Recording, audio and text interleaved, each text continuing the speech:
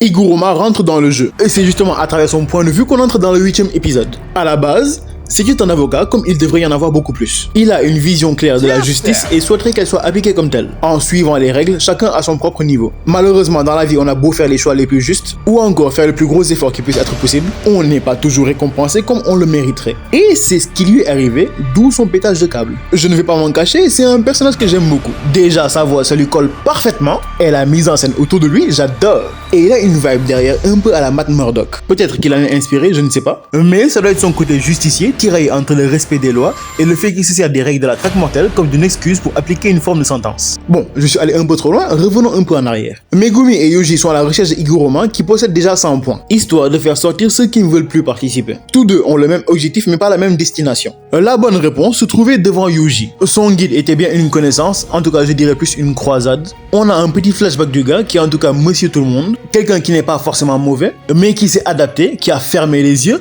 pour ne pas tomber sous les coups de quelqu'un de plus fort que lui. Et c'était lors d'une session de bully à laquelle il a assisté, où encore une fois il ferma les yeux et reprocha à la personne qui se faisait taper de ne pas s'adapter. Et pour moi, je comprends de ne pas devenir quelqu'un d'autre. Là, Yuji arrive et étale les racailles. La scène est coupée après que Yuji lui ait dit « et toi ?» Et Itadori, ayant toujours eu un fort lien avec le rôle de chacun, même si à l'époque pour lui ce n'était pas d'actualité, c'est un peu comme s'il lui disait « dans tout ça, où est-ce que tu te situes toi ?»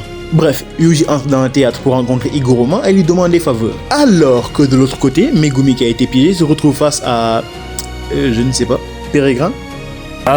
J'adore quand tu parles comme ça. Mais j'aime encore plus la montée de tension qu'il y a en parallèle entre les deux scènes. Yuji face à un Higuruma qui a câblé et qui n'a plus trop de principes. Enfin, la nouvelle loi maintenant c'est celle de la traque mortelle et il compte bien la respecter. Et de l'autre côté, un type habillé bizarrement qui a changé ses plans apparemment et qui demande à Megumi de le rejoindre. Et la discussion va justement tourner autour des projets de Kenjaku, surtout de comment c'est fait. Si l'objectif premier est de récupérer un maximum d'énergie occulte à travers les participants, pourquoi les mettre dans des conditions qui font qu'ils meurent très vite? Cet homme en toile sous-entend donc que ce n'est que le plan B ou C. Et que Kenjaku, d'une manière ou d'une autre, compte larguer une bombe, comme il dit. Enfin, l'épisode finit sur Yuji qui a été pris dans une extension de territoire et un Megumi qui devra faire face à plusieurs adversaires en même temps.